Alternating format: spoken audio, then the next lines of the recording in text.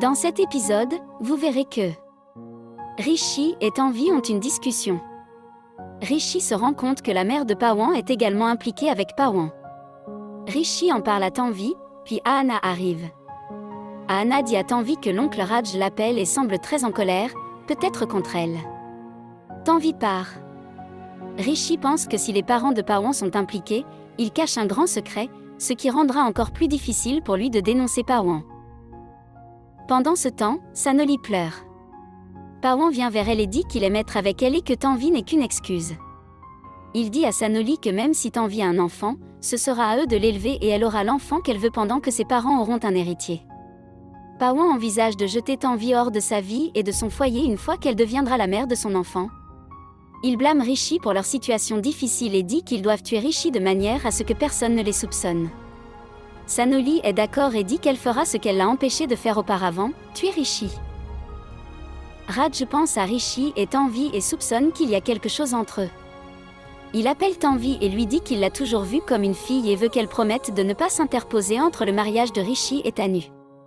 Il souligne à quel point ce mariage est important pour lui et lui demande de mettre fin à tous les sentiments qu'elle a pour Rishi.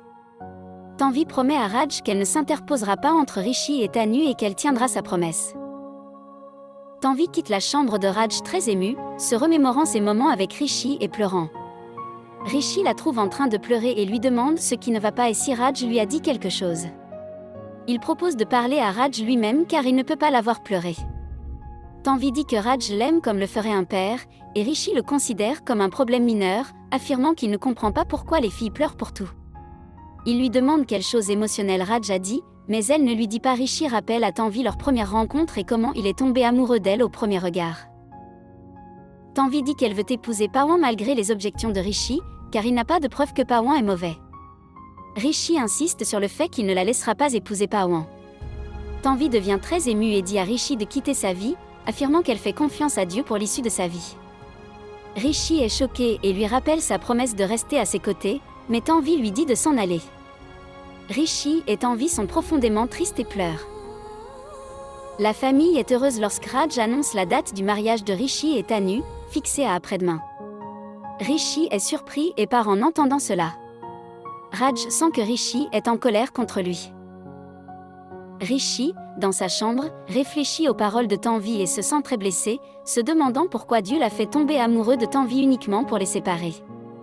Ahana voit Rishi pleurer depuis l'extérieur de sa chambre et se sent émue, espérant que ses pleurs allégeront son cœur. La mère de Pawan raconte à Sanoli les préparatifs de la cérémonie. Pawan et Sanoli communiquent par des gestes. La mère de Pawan fait l'éloge de Tanvi comme d'un excellent partenaire pour Pawan, mieux que quiconque. Pawan dit que Rishi les gêne et sa mère suggère de se débarrasser de Rishi. Pawan et Sanoli engagent un tireur pour tuer Rishi pendant la réception. Le tireur leur assure que Rishi ne survivra pas à la nuit. Les frères de Rishi lui conseillent de faire quelque chose pour Tanvi avant qu'elle n'épouse Pawan, mais Rishi leur dit que Tanvi a mis fin aux choses et que tout ce qui est censé arriver arrivera. Rishi quitte sa chambre et tombe presque, mais Tanvi le rattrape. Neha, Tanu, est également là. Rishi demande à Tanvi de laisser Neha lui appliquer de la crème, taquinant délibérément Tanvi. Il dit à Neha de se préparer pour la fonction et d'être à son meilleur.